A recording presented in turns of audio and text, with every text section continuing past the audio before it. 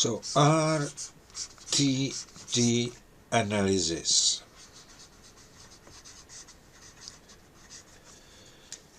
This is a lecture which is based upon the literature.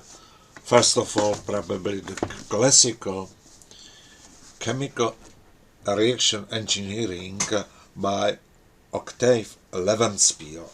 So, old book, but very important for chemical engineers and for process engineers and more for RTD analysis and some applications concerning the process engineering are the book written by Dr. Tin, Analysis and Diagnostic of Industrial Processes, specifically by radio tracers and radioisotopes.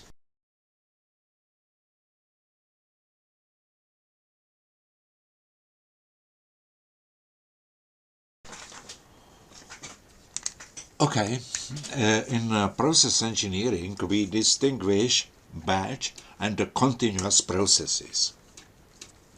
Batch processes are discontinuous and are realized in a closed vessel. These are closed system. For example, I don't know, boiling potatoes in a popping pot, for example. Important is that all particles inside the apparatus are processed at exactly the same time. The time can be optimized. For potatoes it will be, I don't know, 15 minutes, and therefore the product of a process will be uniform. There will be no overcooked potatoes, neither undercooked potatoes. For batch processes, the high quality. Continuous processes, unfortunately, continuous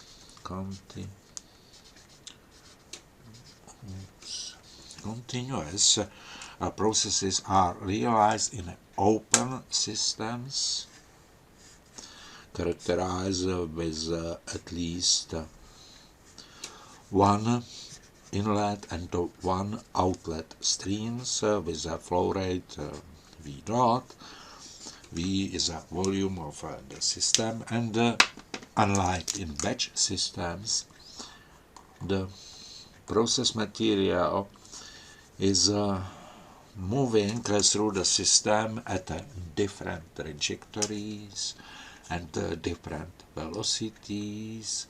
Velocities much lower in the vicinity of walls, and therefore the particles in a continuous system are exposed to different residence time, different process times, which are intervals between the incoming and leaving instant of the system. Quantitative description of the residence time distribution is defined in this way. So we distinguish differential distribution of residence times, and we denoted it by function E, differential distribution of residence time, having a one perimeter which is at time t, residence time, and the function E is defined as a probability that product of E multiplied by dt, increment of residence time, is a probability that at the outlet stream, so that here when the particles are leaving the system V, the probability of residence time in the outlet is within the interval t plus dt.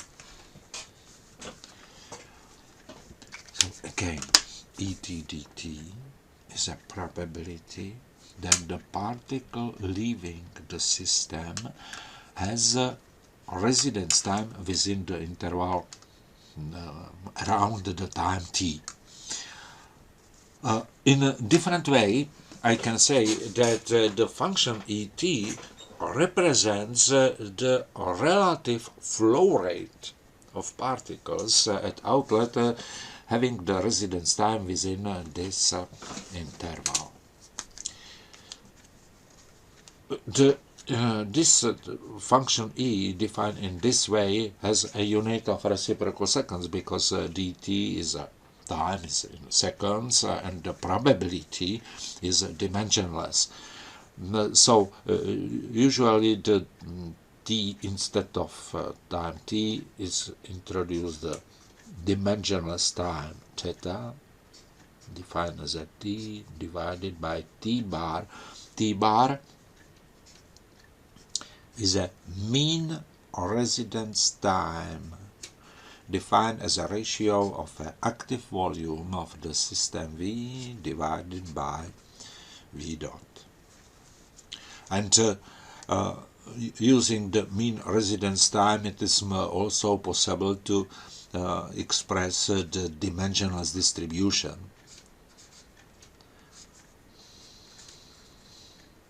Multiplied by mean residence time. The distribution is a distribution of probability, and distribution must be always normalized. Therefore, integral from 0 to infinity of e theta d theta must be 1, and the same holds for time t because the definition. And well, what else? Let's have that's all as concerns the differential distribution. And integral distribution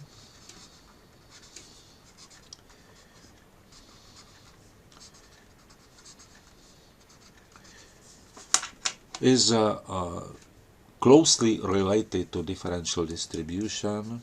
F theta is integral from 0 to theta e, I don't know, theta d theta.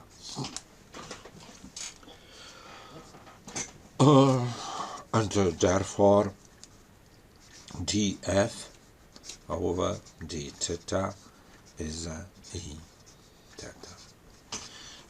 Expressed in dimensionless time and dimensionless distribution.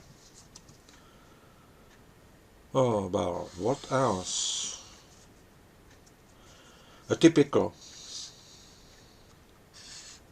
profile of the integral or the differential distribution as a function of a time is looking like that. You see that this graph of the distribution is there is a unit area, and also the center of gravity of this curve is 1, because the theta is 1 at the gravity center of this function. And knowing the differential distribution, of course, the integral distribution f is nothing else than the integral of this function, and in the limit it goes to the value 1, of course. This is a monotonically increasing function. How to determine a distribution of residence time. For example, distribution of a differential distribution, ET curve.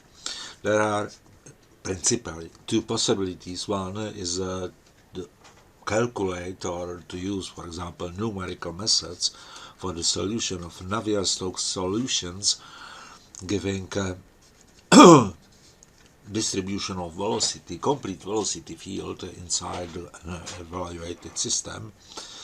And this velocity enables calculation of trajectories of particles from the system of equations for trajectories. And well, and knowing trajectories,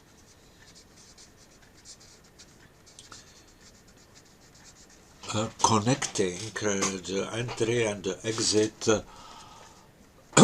of a calculated system, well, it is possible to evaluate theoretically the impulse response or the differential residence time distribution.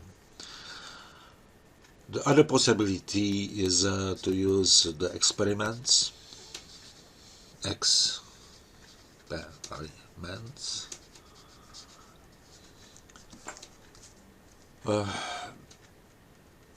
known as a stimulus response. Stimulus response method where the principle is consists in marking of incoming fluids to the inlet channel. Somehow, for example, by changing some property of particle or by injection a tracer also. So this labeling is realized at the inlet stream in form of a very short impulse. At the time t0, for a short time delta t dt, the incoming particles are modified or labeled. Labeling of these particles. And these particles that are moving through the system are detected by a detector, more specifically a concentration of a labeled, marked particle is recorded, is continuously recorded, giving a function of a concentration of the labeled particles as a function of time. Well, the impulse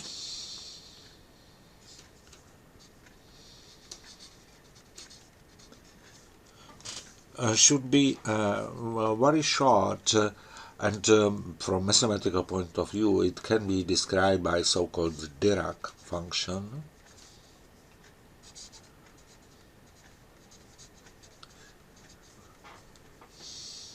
Delta t, which is a function that is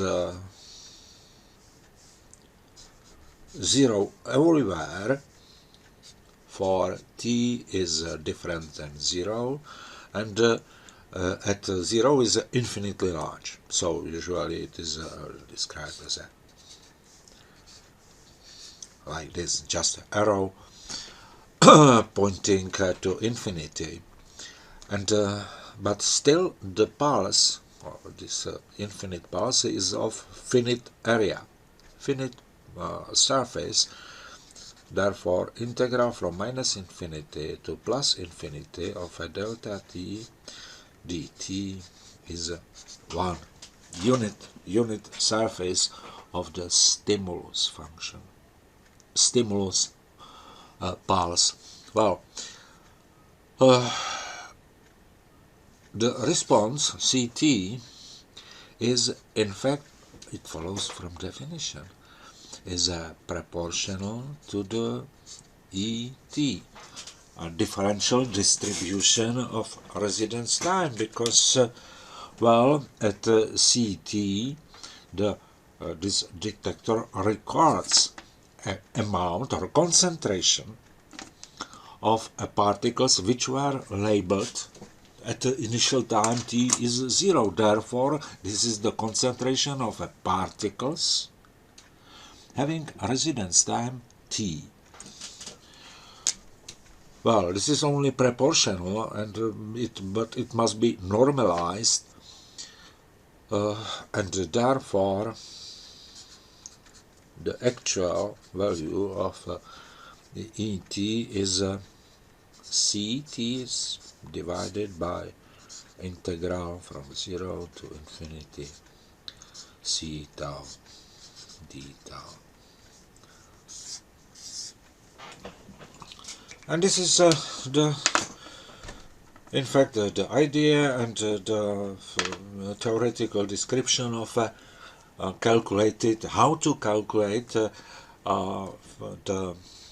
residence time distribution from the impulse stimulus function. But the problem is, of course, how to realize the stimulus function.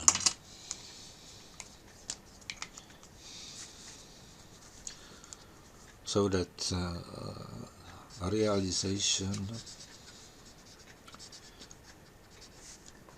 of a stimulus.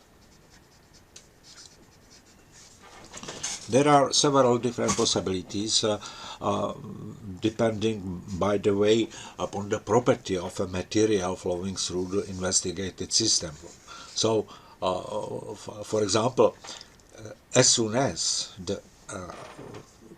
the particles flowing through the system can be labeled by light, in principle, it is, in this case, it is possible that, for example, using the laser sheet, it is possible to illuminate all particles passing through the inlet for a short time delta t, and these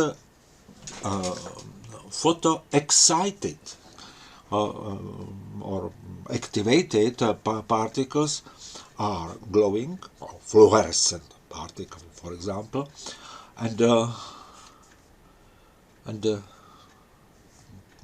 concentration of these particles can be recorded by a photo detector.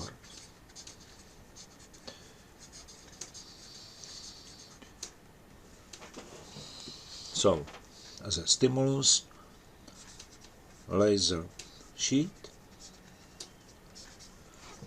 marking all particles passing through the inlet cross-section for the short time interval delta t. Other possibility is to mark the passage of particles in the inlet using heating. For example, it is possible to use local heating, homing heating, for example. It was realized in our laboratories.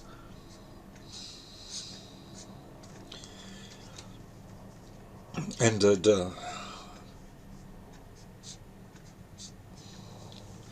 short heating is manifested by the increase of temperature, which can be detected by thermocouple T1, and the thermocouple is used also for the outlet, and this is the proportional to the concentration of activated particles. So, of course, this technique which is used in practice, for example, for measuring of flow rate of liquid sodium in nuclear reactors and other techniques. But the problem is that the solution or the response recorded by the thermocouples or thermistors is distorted by dispersion, by thermal dispersion of the pulse. So more frequently are used tracers injected using for example syringe.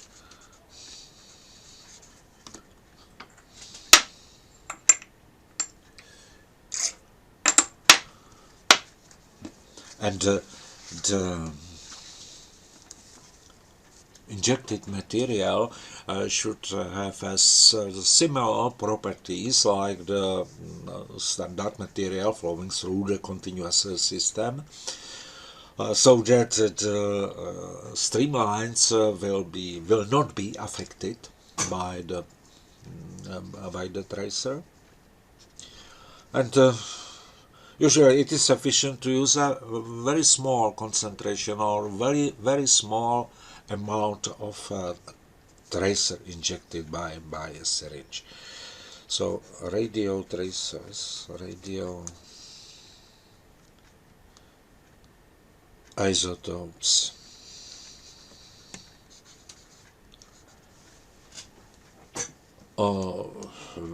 that are sources of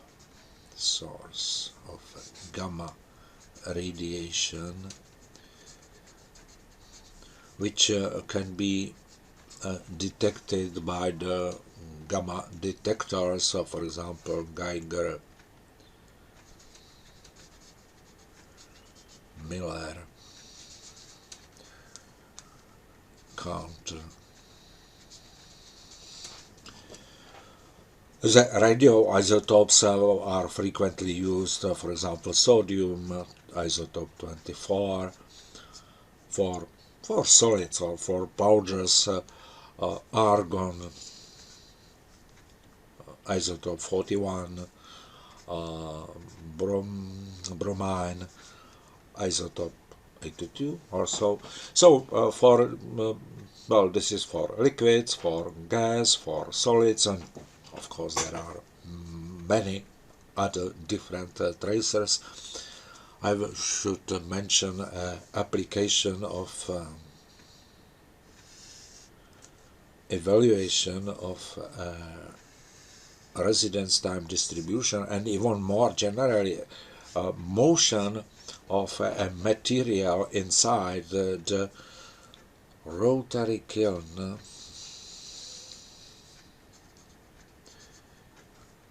Slightly inclined, it is rotating very slowly, but and it is inclined, and therefore material, for example a powder or the titanium oxide, which is moving down along the cylinder, and together with processes, accompanying processes of dehydration and chemical reactions and so on, and the motion and is was recorded by several, I don't know, approximately 9 gamma detectors, and there was injected sodium 24 isotope, and the motion of the isotope, and therefore the process material powder was identified. Advantage is that the detectors, like gamma detectors, can be located outside the apparatus. For example, this kiln was a very big monstrum, 50 meter long, of a diameter 2 meters and so on, and it was a steel tube, and and it is rotating, so therefore this is a big problem to identify, to observe experimentally what's happening inside the rotating tube. But it is possible to use the gamma detectors which reports or the value of gamma through the wall. There are other examples for radioisotope, but frequently are used instead of radio gamma radiation, to use the solution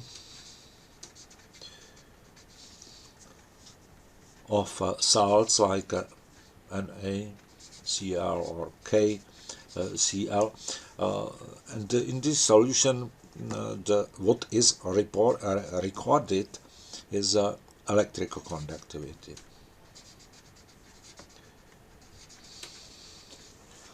Water solution of these salts is characterized by very high electrical conductivity, and this conductivity can be recorded by conductivity probe. For example, I remember the measurement of a heat exchanger for sterilization of eggs, and for flowing through a system of a holding tube and so on, and there to the stream of eggs there is a heat exchanger,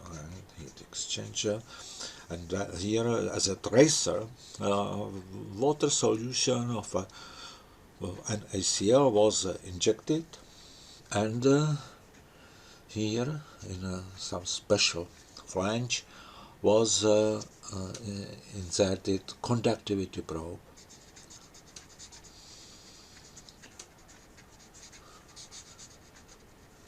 Here, and for example here, so that the aim of the measurement was to identify what is the effect of a secondary flow in the elbows of the holding tube to the uniformity of a sterilization of a product, of the product. In this case it was X. So solution of salts and electrical conductivity, that's easy. And of course injection of colors.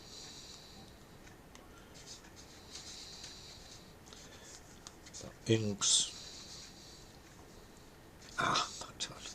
I don't know, potassium permanganate and so on, and so this is again frequently used techniques. Of course, in this case it is necessary to use the glass tube so that you can look at the color from outside, so that again it is limited to a different arrangement. For example, it will be difficult in the previous cases to use some ink or something as a tracer. Okay. Next point is applications.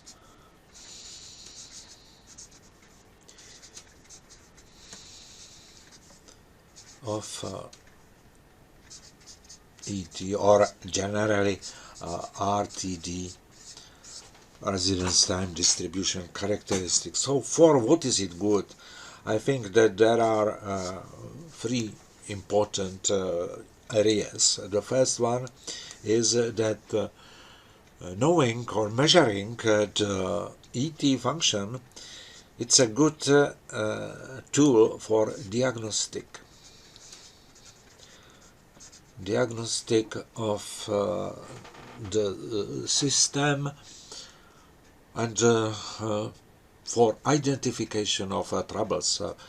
Diagnostic, it tells me, for example, if I obtain the system like this, that there is a dimensionless time, and there is a dimensionless impulse response. Well, for example, this graph tells me what? First, that there will be probably two parallel streams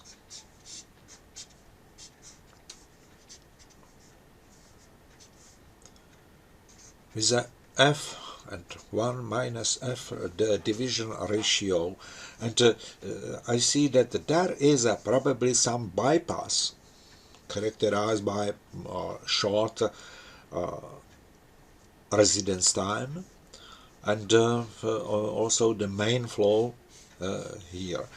So another case is that if I find out that there will be something like this, so there is a shortcut, there is a bypass, therefore there is something wrong, maybe some the hole or the leakage through a porous bed. And well, also diagnostic, if I received a system like this for the impulse response, I see that it will be almost for sure the system with a recycle, and the ratio of recycling stream is can be calculated immediately from the recorded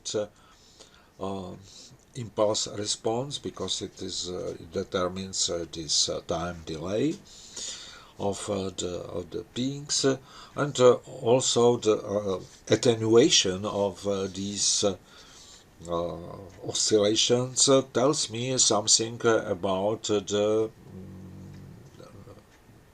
characteristic of the main unit here in the main flow, and so on. So this is a typical diagnostic for identification of parallel flows, for recycle, bypass, shortcut, and so on. So problems. This is the diagnostic. Another characteristic is identification some model perimeters.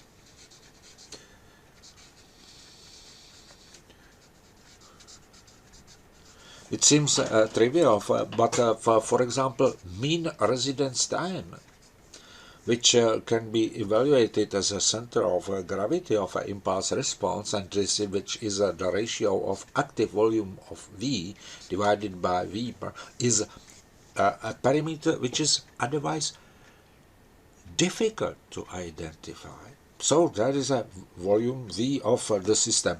Well, for example, if the system is a bed filled by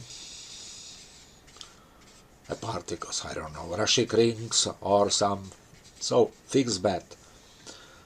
And now V is in fact the active volume. So it is, for example, porosity in this bed. Well, V dot is a flow rate through the system here, and here it can be measured, but to measure the for example, porosity and the active volume in the system is almost impossible to measure, even if it is extremely important, because, for example, absorption or the chemical reaction proceeding in this apparatus is first of all determined by the amount of the reacting material in the gaps between the particles. It must be determined only by impulse response, by measuring of ET and the measuring the mean residence time from the recorded impulse response T E T D T.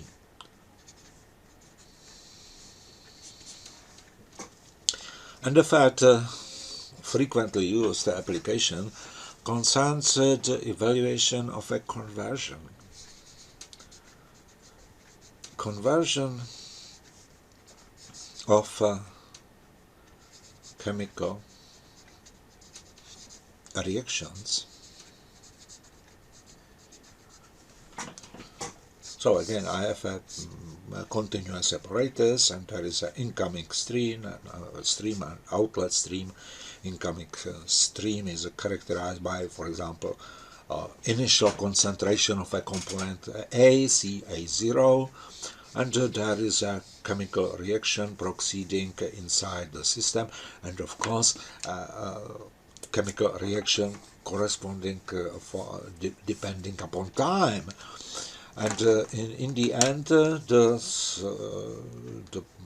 mean value of Ca determines in fact the conversion of the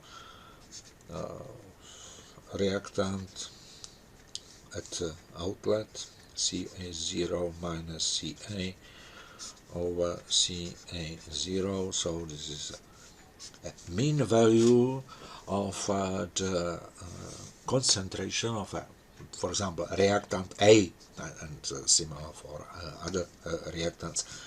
But that can be calculated. So if you know the rate equation for the chemical reaction, so you know, for example, that in a laboratory that you can measure dCA over dt in a laboratory experiment, that this is a minus some K Ca, and there is an exponential decay of the concentration. But well, the problem is that in a laboratory all particles in your test tube are in fact batch, and they are the conversion depends only upon one parameter of time. But in this reactor, continuous reactor, the time of individual particles is different, and therefore the concentration, the conversion is different, and the mean value, because mean value is what we need, is in fact the integral of well, conversion calculated from the batch reactor corresponding T, but multiplied by impulse response for residence time distribution and time dt. So and as you see, to calculate the conversion or the yield of a chemical reactor, for example, sterilization of I don't know, a food. It is described by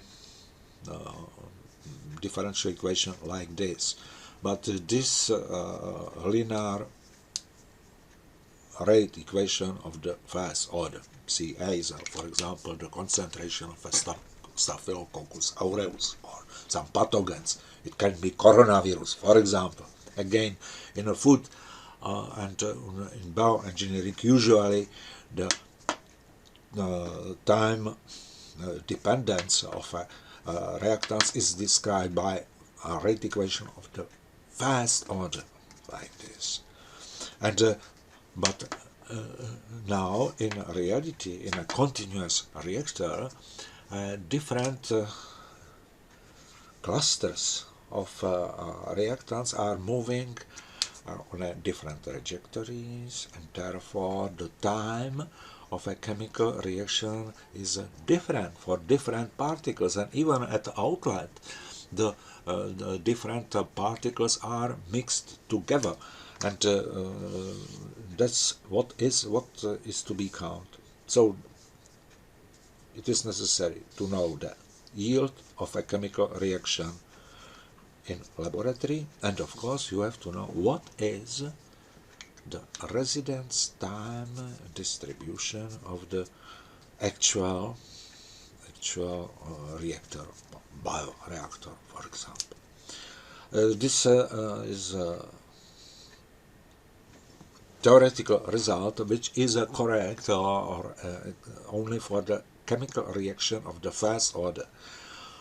For the more complicated, more chemical reactions of a different order, this approach based upon the residence time distribution enables you to predict at least the range of possible result of the yield of a chemical reaction. It corresponds either to the concept, to the so-called segregated flow,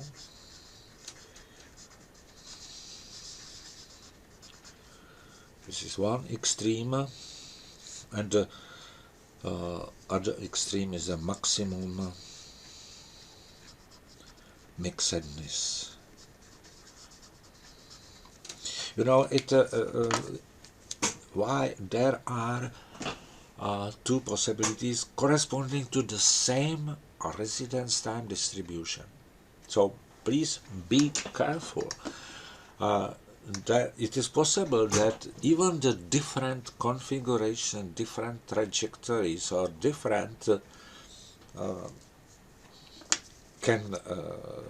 different fluid flow inside the system can predict the same or almost the same residence time distribution. And so as a consequence, it is possible that there are different arrangement of the internal flow in a system giving the same residence time distribution, ET, which can be recorded by the previous method, but by predicting a different conversion.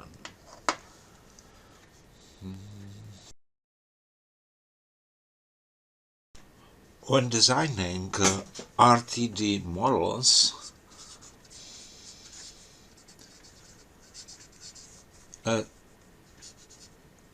Laplace and Fourier transform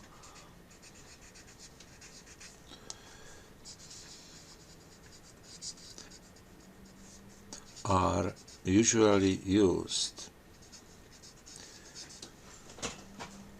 In a Laplace transform, for example, the time function of impulse response ET,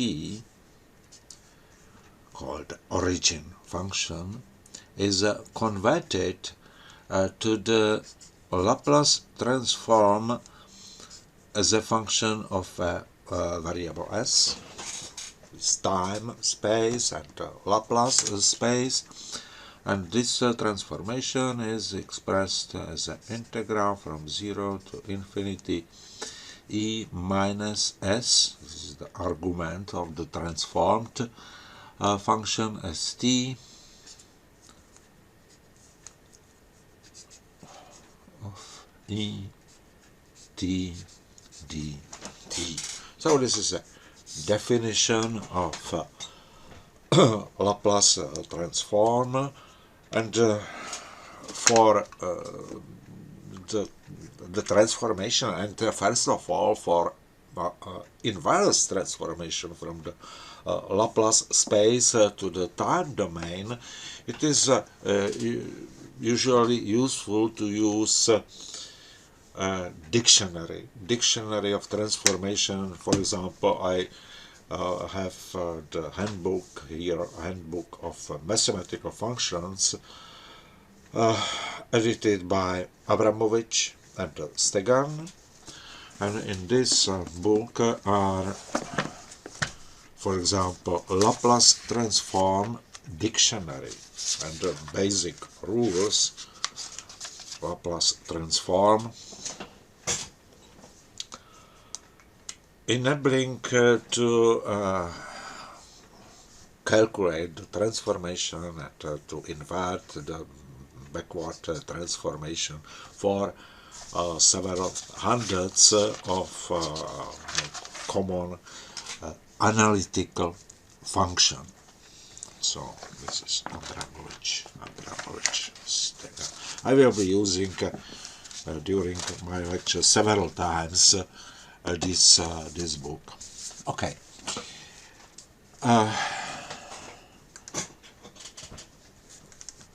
This is the Laplace transform. The other derived quantity of the which can be evaluated from the determined impulse response are moments or general or central moments of distribution.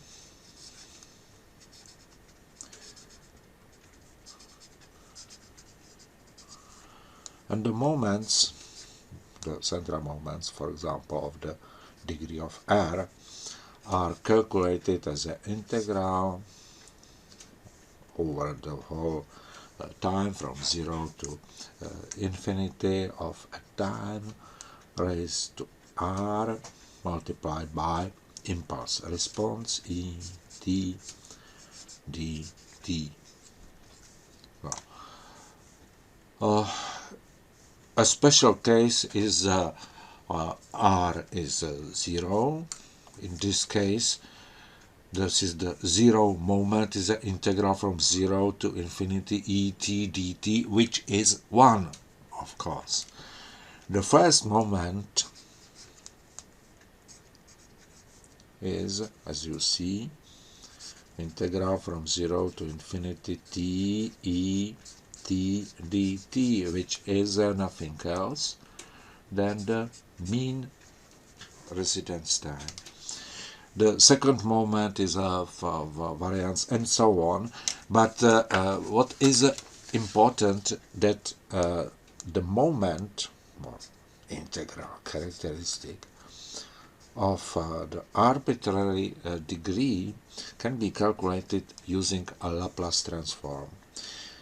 MR is in fact the limit for Laplace transform variable going to 0 of a derivative d ds of the order R of a transformed of the Laplace transform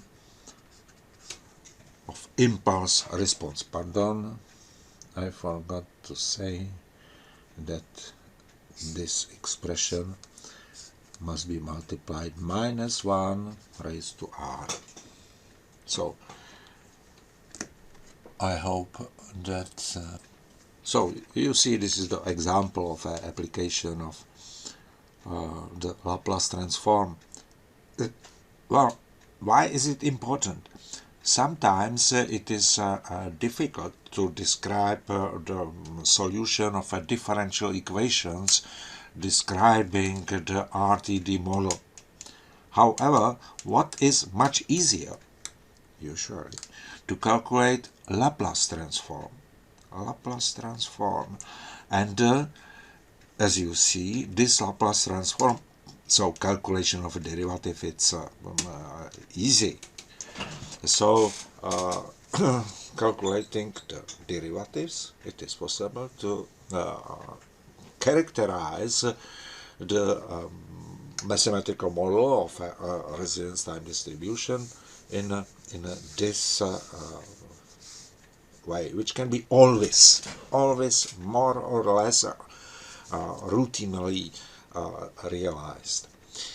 The Laplace transform has another and probably even more important consequence, because it enables to calculate so-called convolution. So convolution.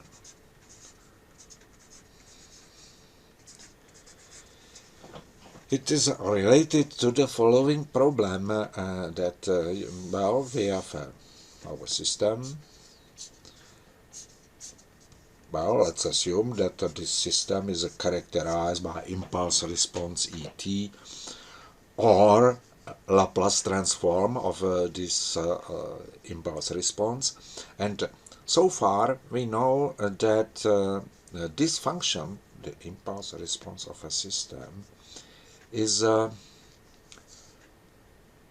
response to a delta function, to the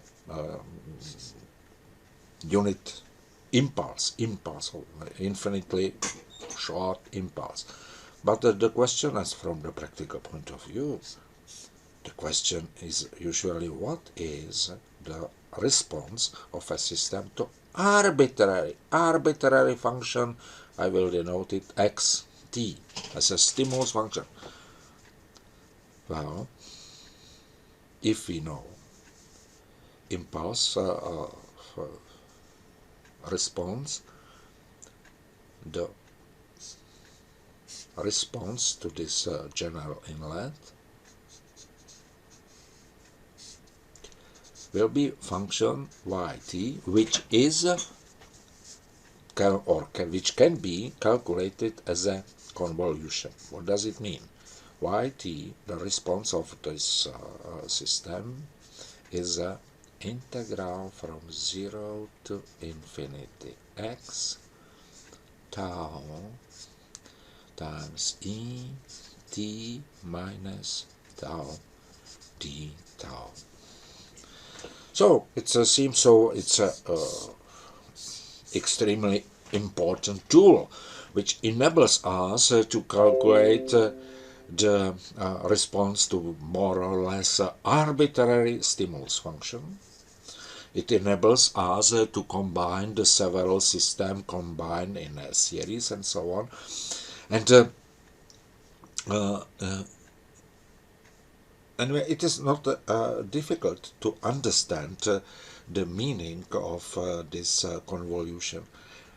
Well, there is one restriction. It can be applied only to the linear systems, only as soon as the response is of a system is a linear function of stimulus function. If you multiply, for example, the stimulus function twice, the response should be also multiplied by 2, twice. Well, but now the meaning of this integrand is, I think, quite obvious. X tau is a arbitrary stimulus function, can be decomposed to a peak of the magnitude x and of the width d tau, so that in fact this is this impulse, but not at the origin, but at some time distance tau from the origin. Well, and what is the response to this shifted or delayed impulse? Well, in a linear system, the response is also the original impulse response E, but only shifted again by the time delay t minus tau. Only shifted to the right, and therefore this integral represents the sum of responses to these shifted impulses x tau d tau. That's all. So and now How is it related to Laplace transform? Oof, quite easily, because it can be proved, I won't be doing this, that the Laplace transform of the calculated response is simply product of the Laplace transform of x, of a Laplace variable multiplied by a Laplace transform of s, nothing else. So this is in fact, so integration, and rather complicated integration, is substituted by multiplication. There is nothing else than the product between the transformed stimulus times transformed impulse response, and the result is a transformed response. And this is a really algebraic equation. For example, the Laplace transform can be applied for identification of impulse response epsilon s, es, as a ratio of ys, Laplace transform of a response, divided by the Laplace transform of s. And this is so-called deconvolution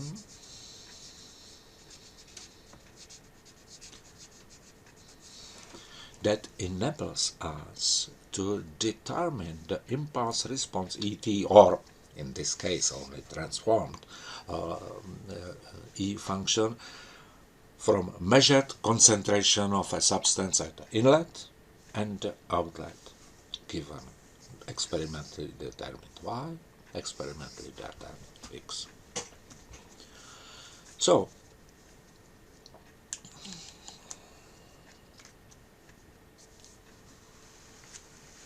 that's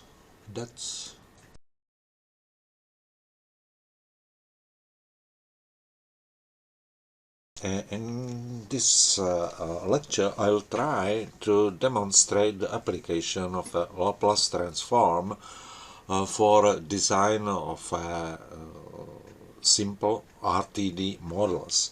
The simplest model is denoted by CSTR, which is abbreviation of a continuously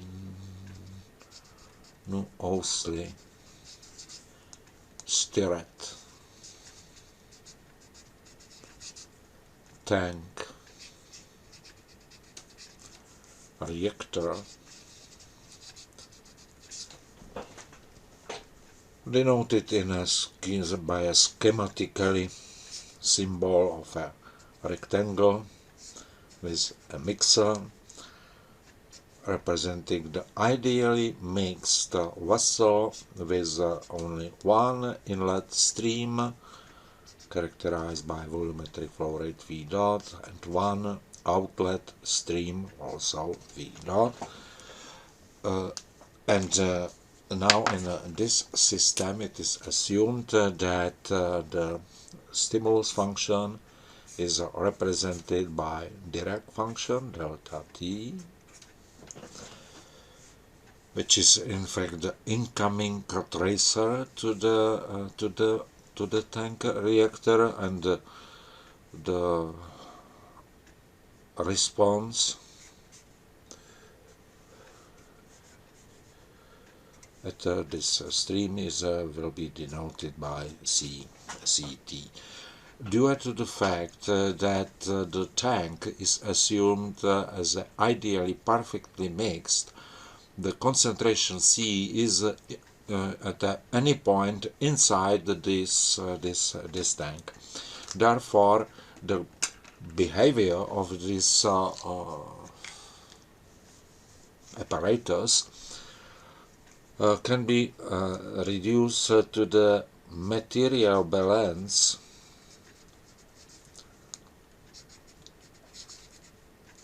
of tracer injected at the inlet in form of delta function.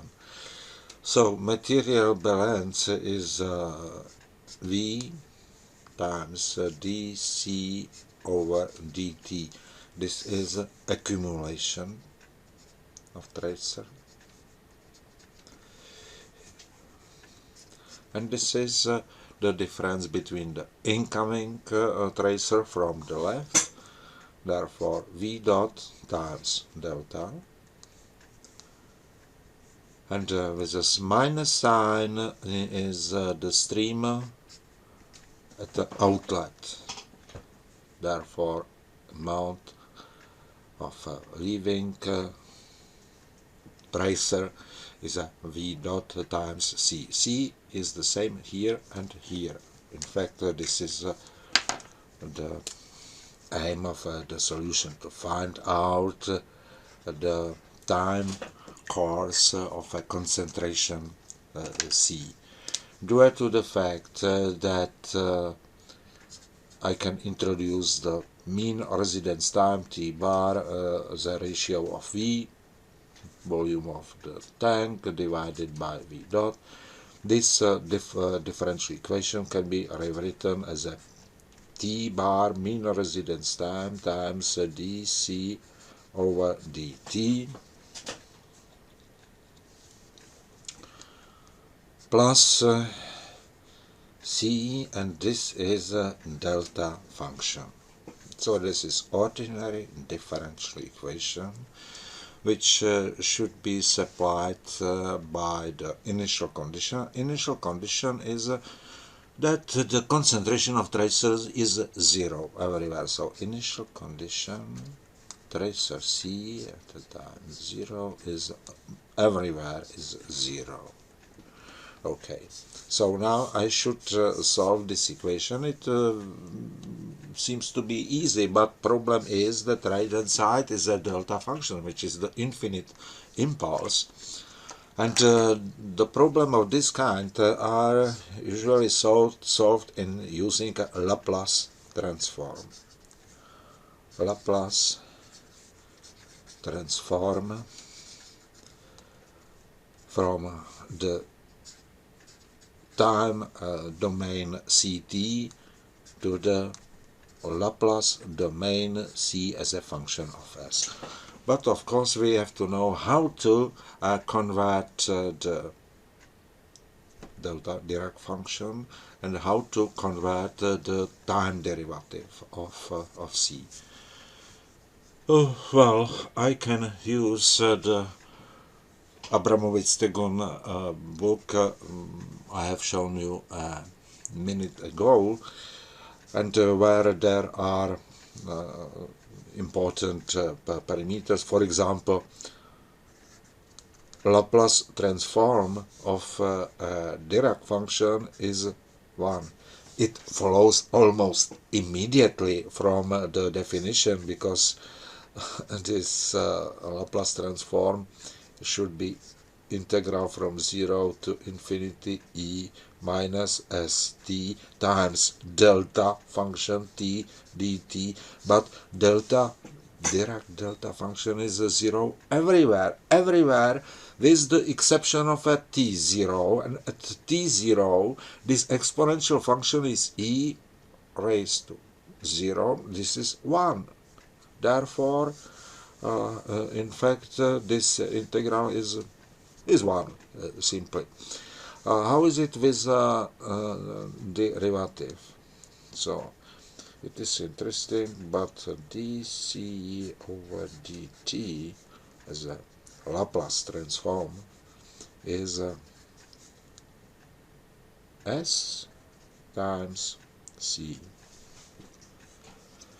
Well, minus c at the time 0, but now according to initial condition, this term is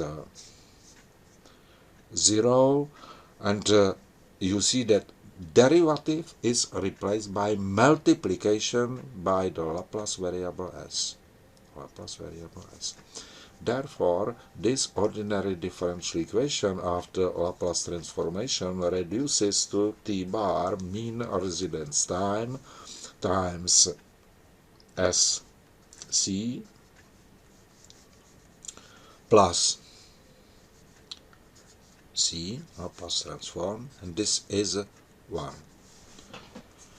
Therefore, the Laplace transform of a solution C is obviously 1 divided by t mean residence time times s plus 1. And now the only problem is how to calculate inverse derivative. By the way, so this is in fact the Laplace transform of a solution. From this function as a function, it is possible to calculate, for example, derivative dc over ds, second derivative, third derivative. Therefore, now it is possible to calculate the moments of a higher order, first, second, and so on. So, but in this case, fortunately, it is possible to find out the inverse, the backward transformation, for example, from the dictionary of Laplace transforms, and pardon.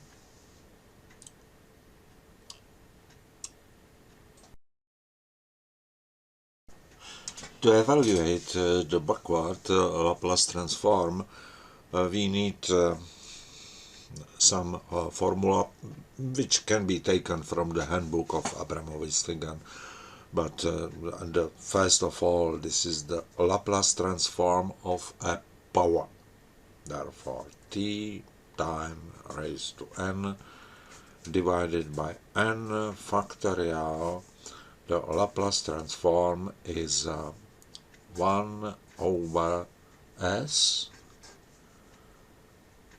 with the exponent n plus 1. So this is the simple rule for powers. As a special case is n is 0. In this case t raised to 0 is 1. Therefore, this is the Laplace transform of a constant 1 is according to this formula 1 over s, nothing else. Well, but what we need to know also for the backward transformation is to evaluate what is the transformation of some general function ft multiplied by exponential function e minus a t. And again, question is what is the Laplace transform? According to definition, it is integral from 0 to infinity, and this is e minus st, but also minus at multiplied by ft dt according to definition. But as you see, this is nothing else than the Laplace transform, the image f, but evaluated at a s plus a. So this is so-called transformation of a shift in image. Well, and now I can start rearranging the previous result, that the Laplace transform C tilde is 1 over, now I extract the mean residence time, t bar, and s plus 1 over t bar. And now how to convert it? Backward transform. You see, there is a shift in the Laplace variable. Therefore, the result is, well, 1 over mean residence time and multiplied by exponential function e raised to minus at. Therefore, this is the t divided by mean residence time. And and that's all.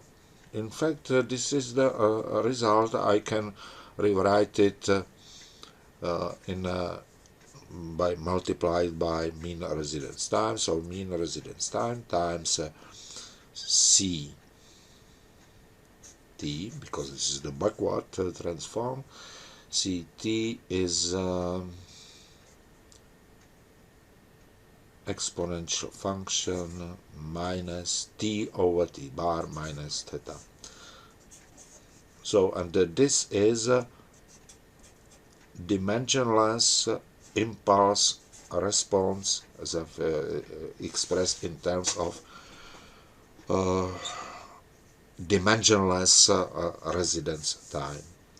So you see that for the CSTR apparatus, continuously stirred tank reactor, the response to the direct the impulse is a simply exponential function,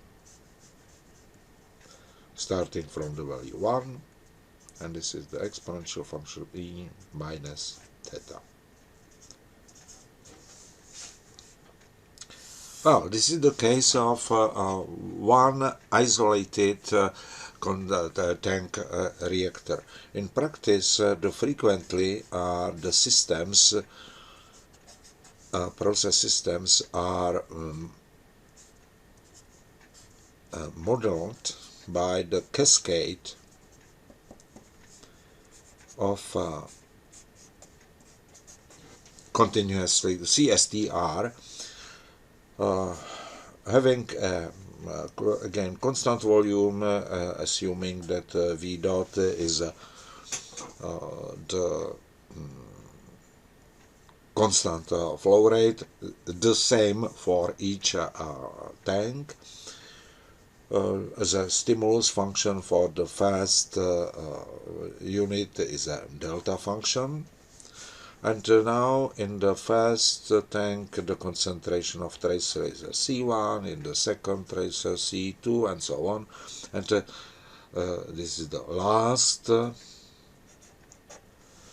tank with a concentration Cn, so that n tanks result is also Cn as a function of time. So this is the value which should be calculated. And now the description is based upon the mass balance of a tracer. Mass balance of a tracer for the first system is a T1. This is the mean residence time of the only one vessel, therefore in fact defined in a different way. So T of one vessel is a volume of the overall system, but divided by n, because this volume of one cell, one unit, is V over n, and divided by V dot, and this is what I will call T1. Obviously, also mean residence time of the whole system is in fact n times T1, right? So, and the mass balance now of the first tank is dC1 over dt is inlet from left is a delta function minus C1, giving as a previously after application of a Laplace transform to each term, you arrive as a result that the C1 is a 1. This is exactly the same case as previously. Therefore, T1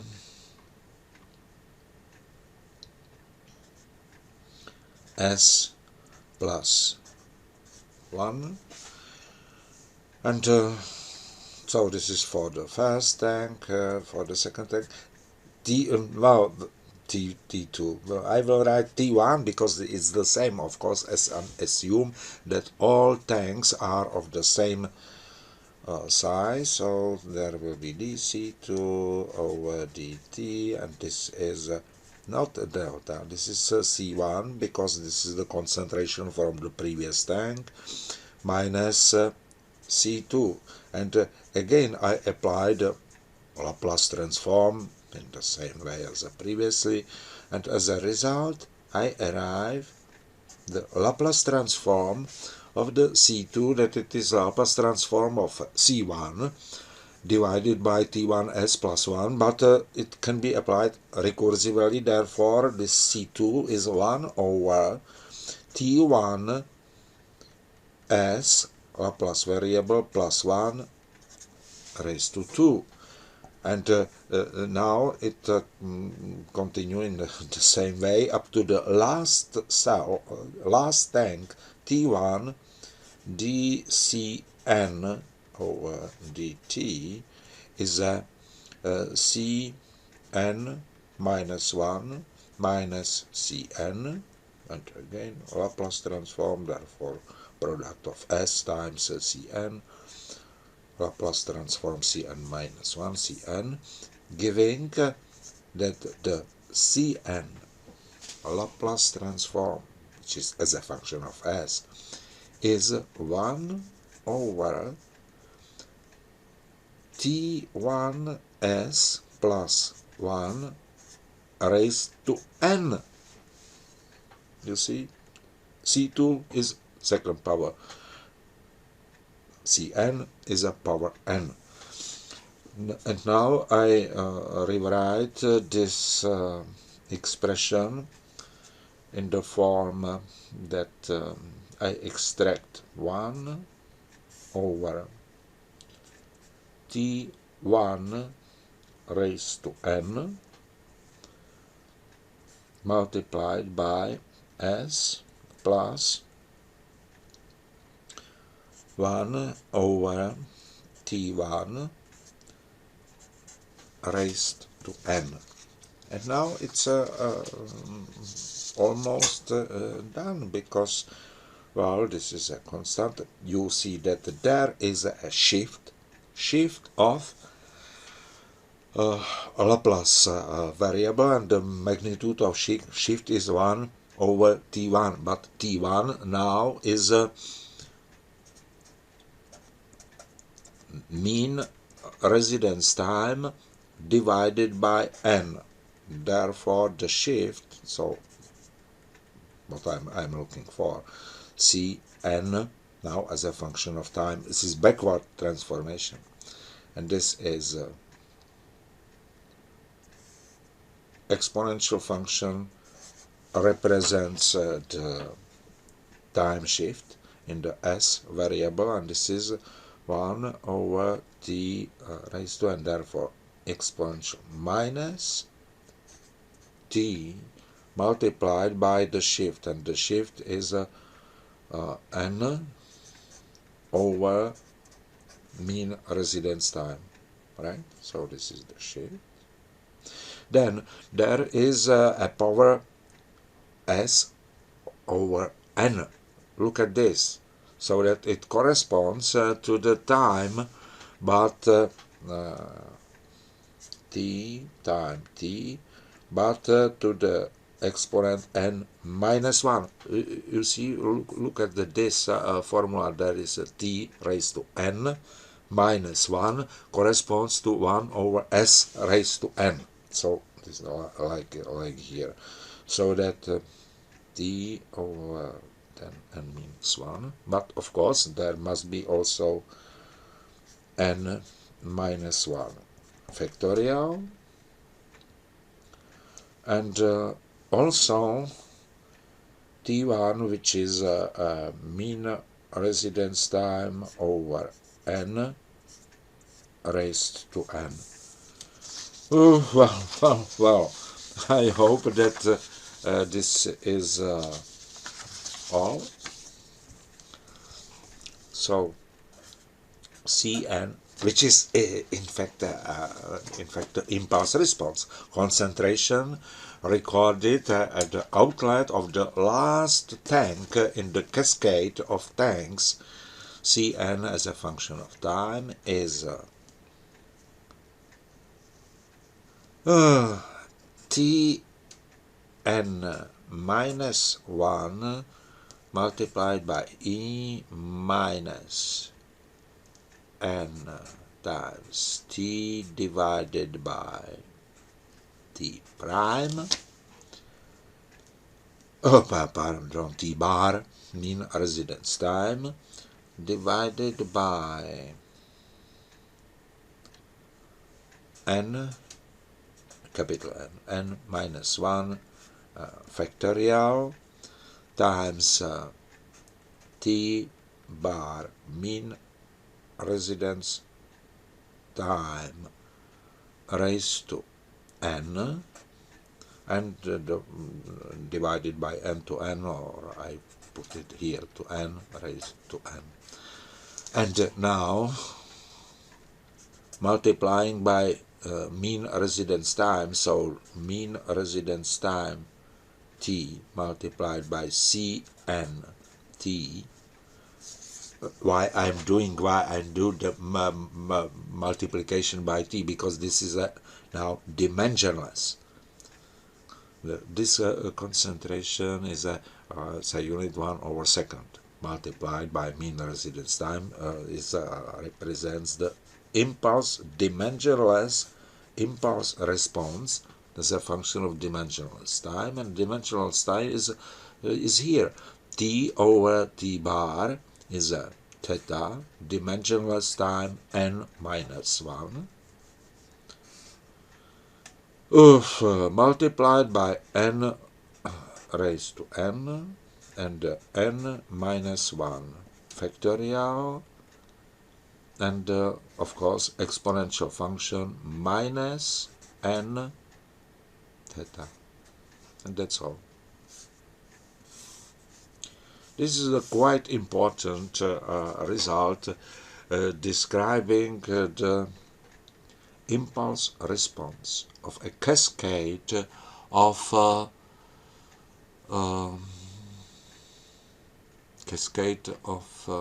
series.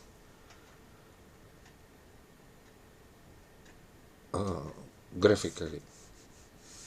Of course, special case is n is 1. In this case, n minus 1 will be 0, and therefore it will be really only the exponential function as previously, e raised to minus theta, dimensionless form. N minus 1 for n is 1 is 1, so that really the impulse response reduces to the exponential function for n is 1. For n is 2, it looks approximately like this. N is 2. And and when increasing further the number of tanks in the cascade, the result in the end are quite narrow impulse responses concentrated according to mean residence time, theta is 1, and with the dispersion, so the second moment or variance, so the width of the response, therefore a broad, extremely broad exponential function is characterized by very broad the dispersion of a residence time.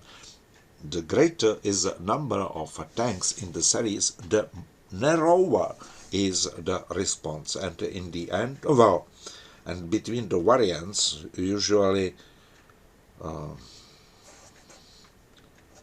the variance is variance of impulse response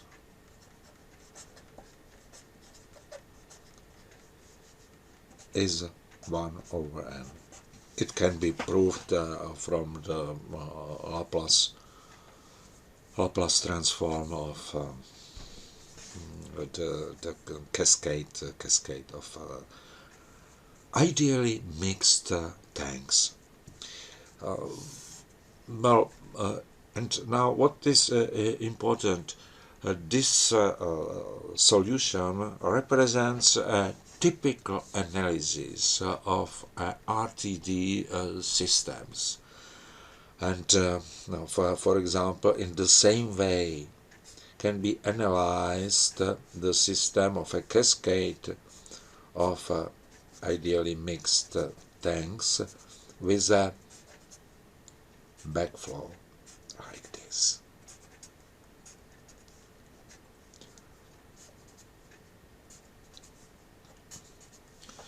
So this is the cascade of ideally mixed tanks with a back mixing.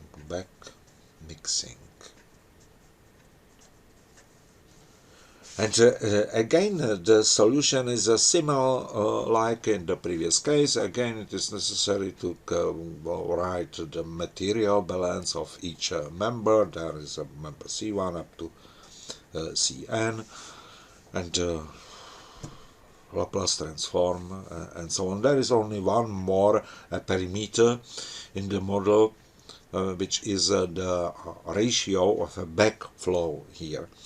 Also in a similar way are designed models of RTD describing the stagnant regions, and this is done usually in this way,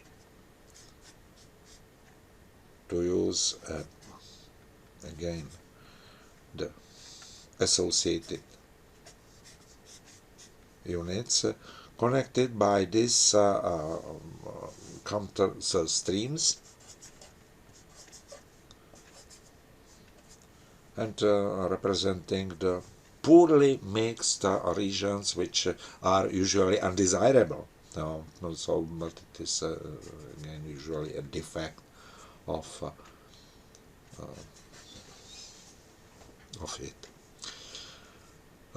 Also, a series or cascade of ideally mixed tank with recycle can be formulated and solved in a similar way. So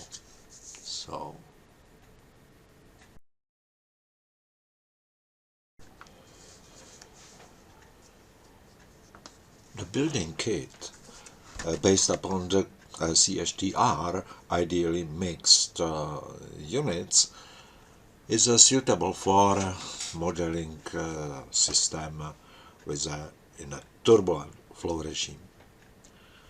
The system where laminar flows prevails, and the system without dispersion, therefore characterized by short residence times,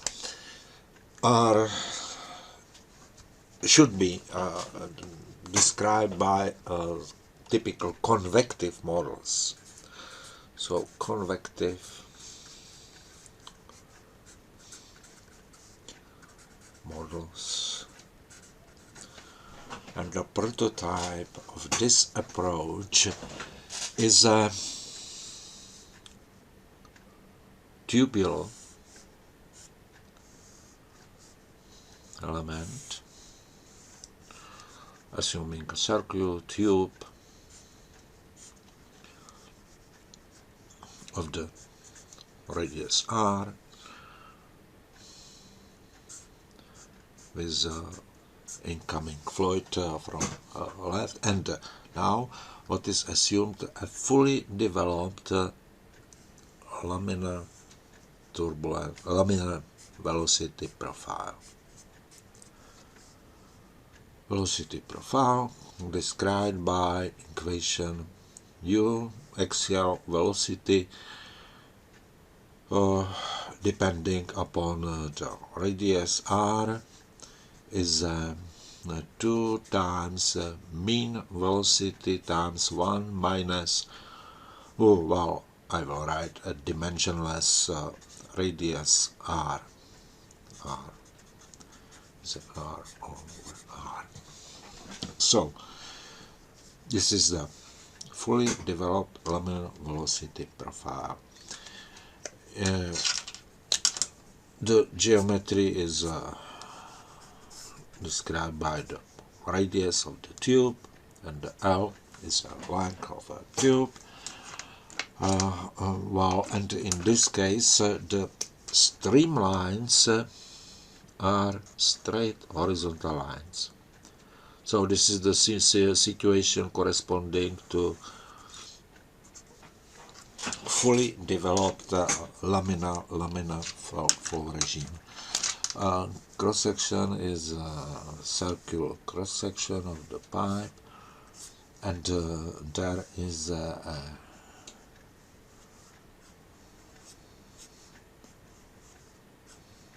annual gap with radius r.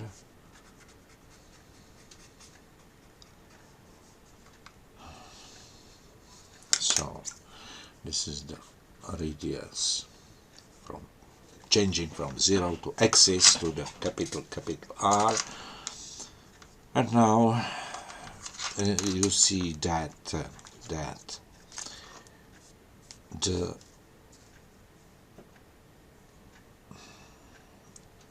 radius determines the velocity profile. Therefore, I can write this equation for parabolic velocity profile. I can also write the equation for residence time. Residence time t for this case is obviously the distance or length of streamlines L over U. So this is equation which can be written as a U is L over T, and I can also characterize the difference of velocity corresponding to the difference of radius. du is L is a constant minus L over T square. Differential, what is changing velocity at the time, so that du, change of velocity, is proportional to the change of residence time t. Okay, and now how is it with impulse response or distribution of residence time e t dt according to definition? Now it is a definition. What is it? This is the ratio of volumetric flow rate characterized by residence time in the within the interval t and t plus dt. So flow rate. I'm calculating the flow rate through this annual region, which is 2 r. This is dr, 2 r dr times u r. So this is 2 r dr. So this is the surface which is hashed here, multiplied by ur, divided by overall flow rate through the pipe, which is a p r square and u bar, right? So I can immediately cancel p. I can r is r dr is in fact the dr square, and this therefore et dt is this is the dr square. R square is a dimensionless radius to radius of pi, dr square, u times divided by mean residence time. And now, what else? dr square. From this equation, I can calculate the dr square and relate it to the change of velocity. So that du, according to this, du change of velocity is a minus 2 times mean velocity dr square. Therefore, I can substitute dr square to this, and also I can combine du with this equation. Therefore, minus 2 mu dr square is minus L over t square dt, right? So from this equation it follows that dr square is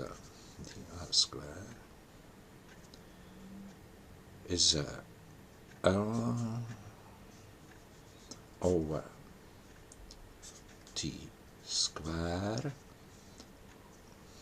times 2 mean velocity mean velocity and of course dt. And now I substitute this change of radius to the definition for et, and as you see the dt will be cancelled. Therefore I immediately obtain the relationship for impulse response corresponding to the residence time t. So this is the dr square L over 2 u t square what else times u divided by mean u, and also I substitute for u L over t, so that this is L square over 2 u square u and t cubed. Therefore, is it correct? T u, and this is L over u bar. L over u bar is mean residence time square divided by 2 times t cubed, and therefore et times t is if I multiply it by t prime, this is mean residence time raised to 3 2 times t cubed, and this is as you see dimensionless impulse response, and this is 1 over 2 times impulse response raised to 3. So, and this is a frequently used residence time distribution or impulse response for the laminar convective flows. Graphically, the impulse response E as a function of time starts at the value 0.5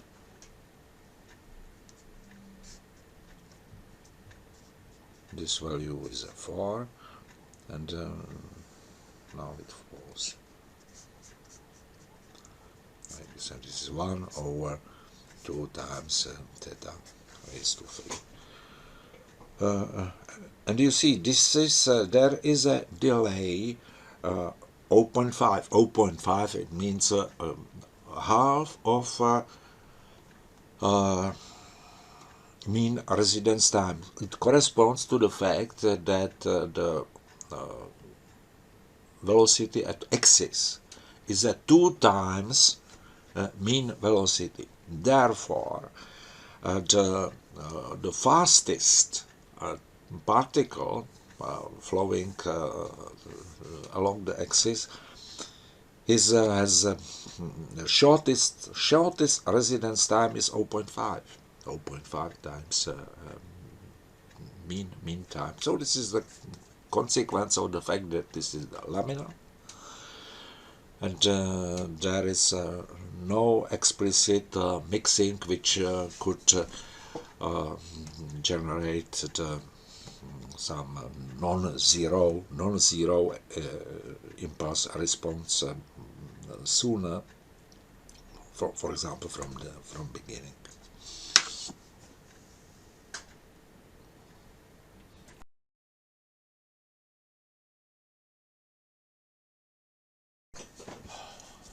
Well, the previous model described impulse response in a pipe assuming laminar flow,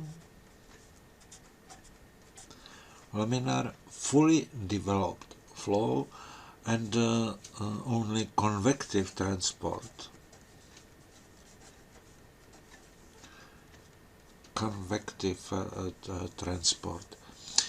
So therefore the equation which for the tracer which is injected to the inlet of the pipe is dc over dt plus velocity profile for Newtonian fluid is a 2 times mean velocity u times 1 minus dimensionless radius square dc over dx is 0.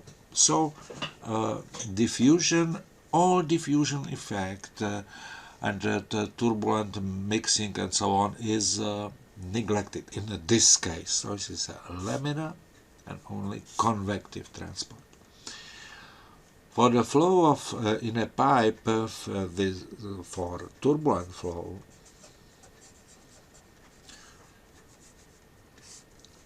and taking into account not only convection but also dispersion of tracer characterized by dispersion coefficient dE corresponds, well, first it is assumed that the system is represented again but the pipe, but unlike the previous case, it will be assumed that both ends of the pipe is in fact infinitely long, and the concentration of a tracer which is injected here, so this is a syringe as usually injecting a tracer into the flow, but now it is assumed that the velocity is a constant along, therefore independent of radius. It roughly corresponds to the turbulent flow regime. It is true that in a turbulent flow we can almost assume a piston flow. So convection with a piston flow.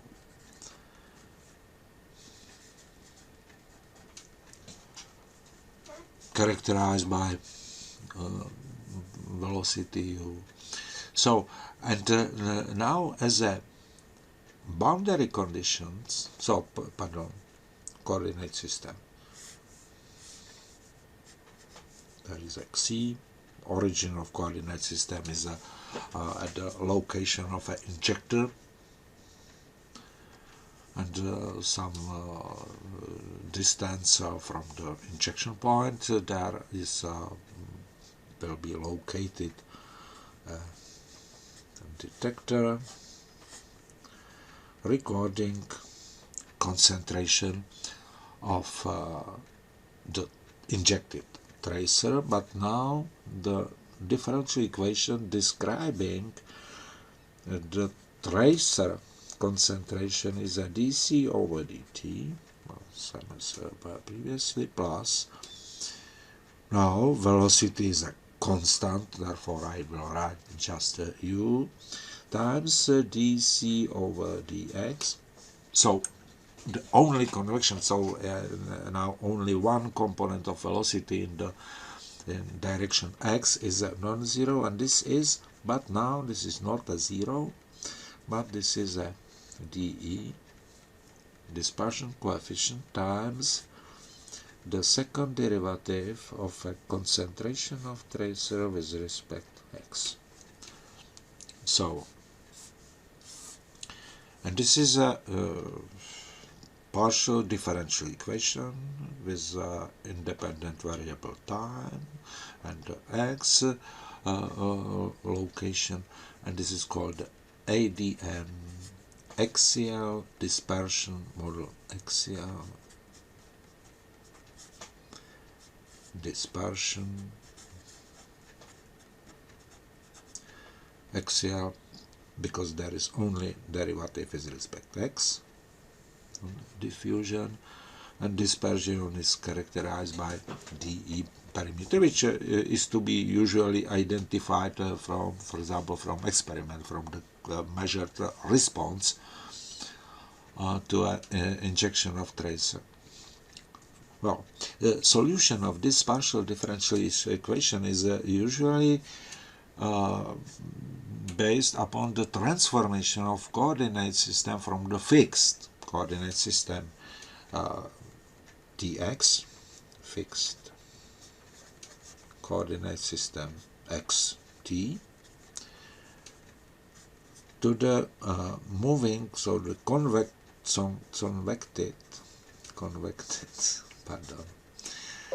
coordinate system with a space variable xi, which is x minus ut, and transformed time can be the same as a t, so formally tau is a t. You see, and this is just the transformation, therefore motion of a convected coordinate system with the velocity u to the in the direction of flow. This transformation must be analyzed, the dc over dt, what I need, the dc over dt and dc over dx, and the second derivative of c with respect to x squared. Dc over dt is a dc over dx, and the dx over dt plus, you know, concentration is a function of two independent variables, either xt, and now after transformation xi and tau. So dc over d tau and d tau over dt, and this is dc over dt. Dc over dt is a minus u dc over dc plus d tau over t is 1, therefore plus dc over d tau. Dc over dx is again dc over dx times dx over dx plus dc over d tau over x. dx over dx is 1. Therefore, this is a dc over dx times 1. And d tau over dx is 0. Tau is an independent variable. Therefore, this is the obvious transformation of first derivative. The second derivative in the same way is identical with the second derivative of c with respect to the moving coordinate of the coordinate c of a moving coordinate system. Now after substitution, I arrive to the equation minus u dc over dx plus dc over d tau time plus u dc over dx. Dc over dx is dc over dx, and this is dE times the second derivative of c with respect to c. Well, these terms is cancelled, and what remains? The partial differential equation, now in a little bit simplified form.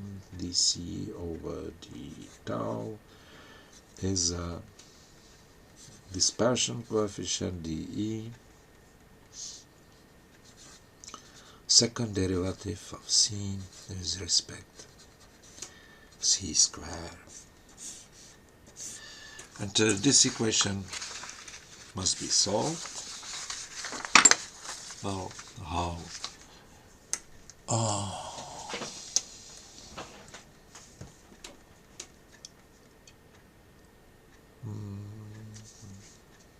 By Laplace transform.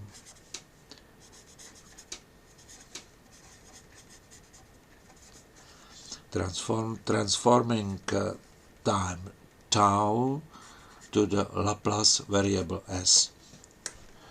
The variable c is intact. It is not related to Laplace transform. So, dc over d tau, Laplace transform of the derivative, as you know, is a product with a Laplace variable s multiplied by Laplace transform of a concentration of a tracer, but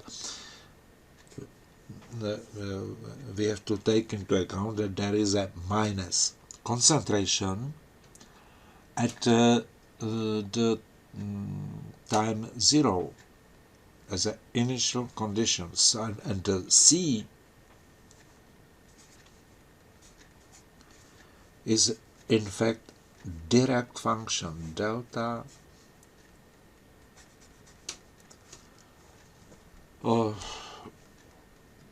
impulse, therefore impulse in the place of injection of point.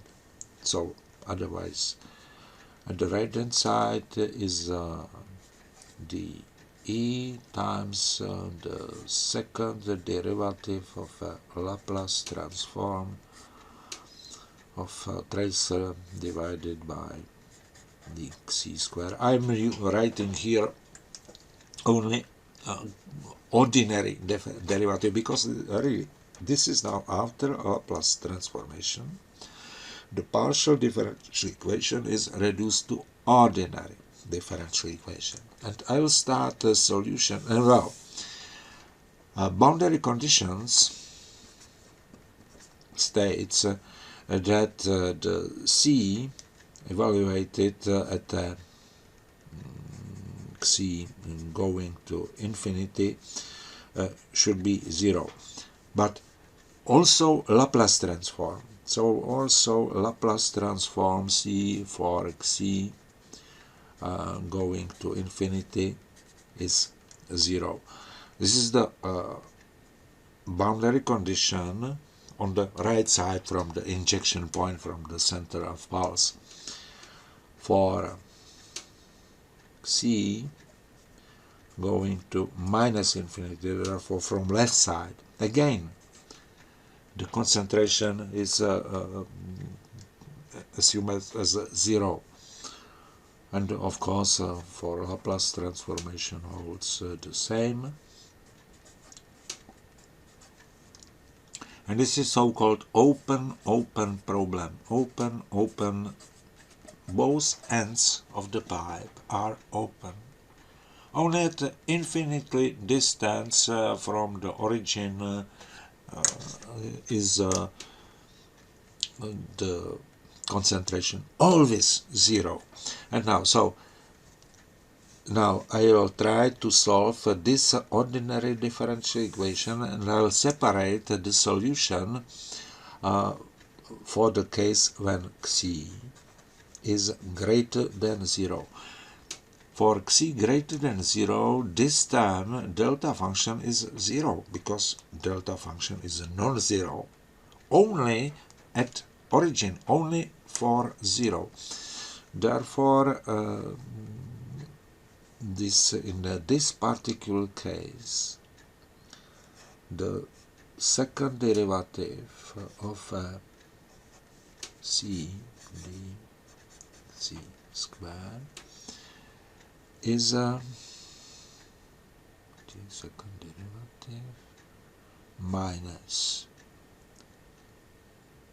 s over dE times c should be 0. So, and this is again ordinary differential equation, now without the Dirac function, without the function, and this is the ordinary differential equation for concentration C, the Laplace transformation of C, and it should satisfy the boundary condition at infinity. Therefore, the value should be go to 0. And now, solution C satisfying this boundary condition is a some constant which can be a function of only Laplace variable, but independent of xi, and multiplied by the exponential function of minus square root of s dE times xi. Check it. What is it? The dc over dxc, first derivative. I'm looking for the second derivative, so first derivative. It's a as previously, and now multiplied by minus square root of s over dispersion coefficient, and multiply by this exponential function exp minus s over dE times xi. So this is first derivative. Second derivative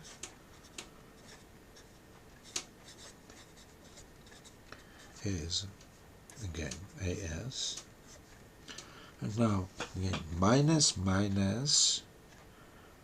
is a plus, so that multiplied by s over dE times exponential function minus square root s over dE xi.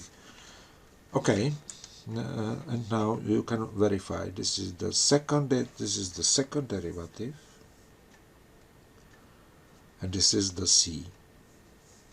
And you see that this term corresponding to the second derivative agree or is cancelled by this term, so that this is really a solution for the Laplace transform of our impulse response corresponding to the positive value of independent variable c.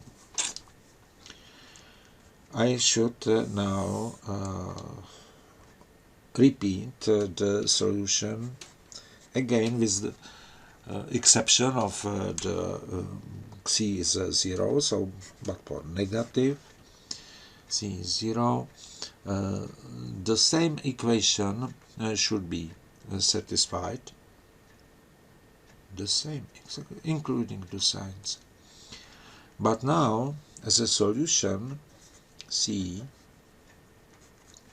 is a s, but this solution should satisfy the requirement that at c is minus infinity, the concentration should be 0. Therefore, it is necessary to change the sign in this exponential with a plus s over dE times c. Only then the transformed value c for minus infinity will be satisfied independent of a.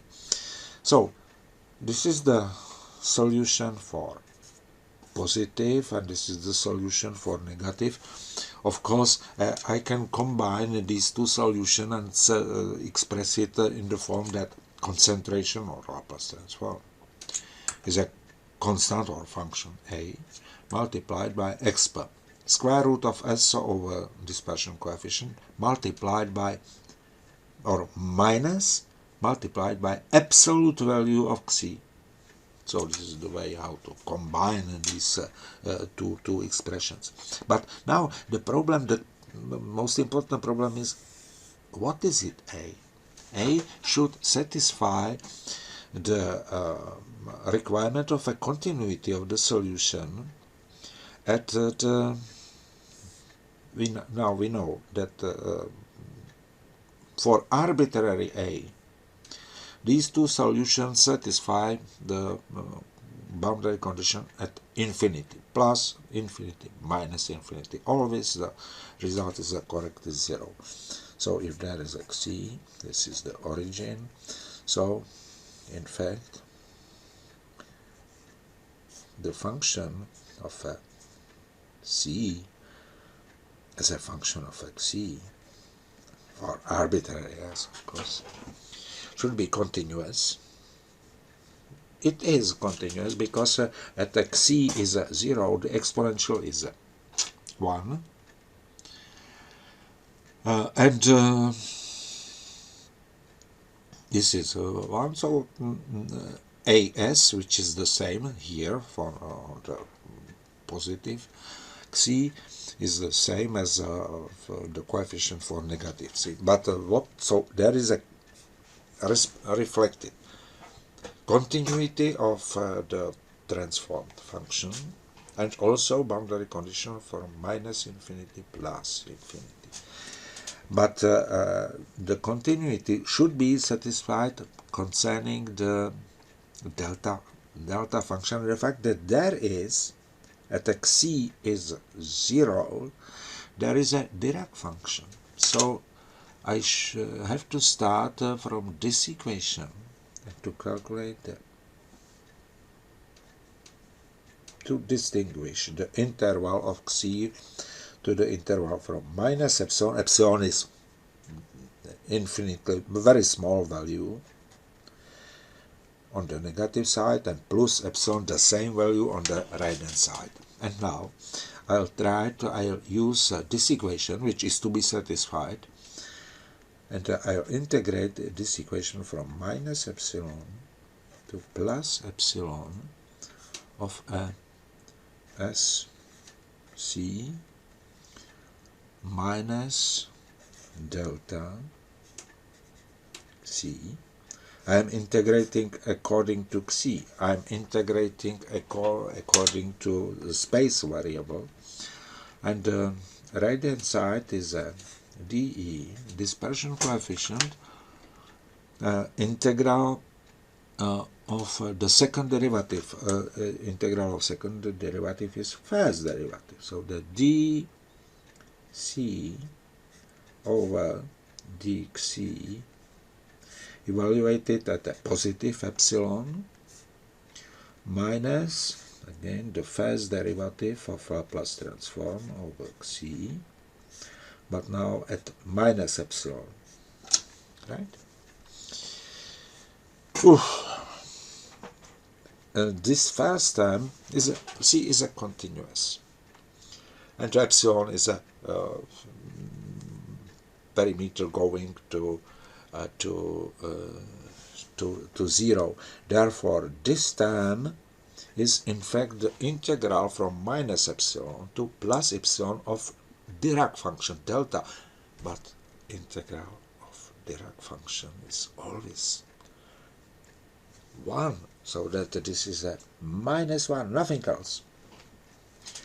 And the right hand side is dE times the first derivative on the right hand side, but first derivative is here. Do you see? This is this term, so that this is in fact a times minus square root of s over dE multiplied by exponential function square root of s over dE times xc epsilon, which is in a limit, this is 0. Exponential function of 0 is 1, so that it is not necessary to write it here. So that there is a minus. This is the first term. The second term is a minus. And this is the case of epsilon from left for negative xc. This is a. But now this is a positive value of a square root of s over dE. And again multiplied by exponential function of practically of 0, therefore 1. And what does it mean? There is a minus. There is also minus. So that minus minus is cancelled, so that 1 is 2 times a times dE, dispersion coefficient, therefore square root of dEs. That's all. So now I apply the Dirac function, discontinuity at the point of injection, giving the variable a, and in the end I arrive to the final expression of the Laplace transform of impulse response in the form that the C Laplace transform at a position C and at variable S is A. A is 1 over 2 times square root dEs. So this is A, and multiplied by E, exponential function, minus square root of S, and multiplied by absolute value of xc divided by square root of dE. And this is well, this is a pretty F-quad, so now I should calculate the backward transformation from S to time. So it looks terrible, this formula, and now I have to look at the dictionary of a Laplace transform And in the dictionary I found the formula stating that, so dictionary, Abramowitz, Stegen, Dictionary of Laplace transform, and there is a 1 over square root of s, Laplace variable, and the exponential function minus k times square root of s. So this is the image, and according to this dictionary, the backward transform results to 1 over square root of p times time instead of s, and exponential function again, but now of minus k square, this k square divided by 4 times t. So this is from the dictionary, so of course you have to find out and verify that this is a really correct Laplace transform, that Laplace transform of this expression is really this. And now compare it with this. You see that there is the square root of s, and you also see that the k, comparing, that k is in fact the absolute value of xc, axial coordinate, divided by dE. This is the k, and therefore I can immediately write the result, that the backward transform c now as a function of xc and the tau time, not s, is 1 over, of course, this 2 times square root of dE is in fact a constant, and it should be multiplied by, so see, square root of p t, and the k, what is it, k square, so that there is an exponential function, k square is c quadrat over minus c quadrat 4 times t times dE. And this is the final formulation, final analytical results. You see that you have immediately and explicit, a very simple analytical expression for the concentration of a tracer which is injected in the position xc is 0, and at a distance xc from the injection point. The concentration of tracer is depends upon time, so this is a constant, so that this is the type 1 over square root of time multiplied by e, and just like a Gaussian curve, xc square, therefore this is the symmetric response in the xc coordinate, like a Gaussian curve, and with a dispersion proportional to t, so 4t times dispersion coefficient. So now, oof.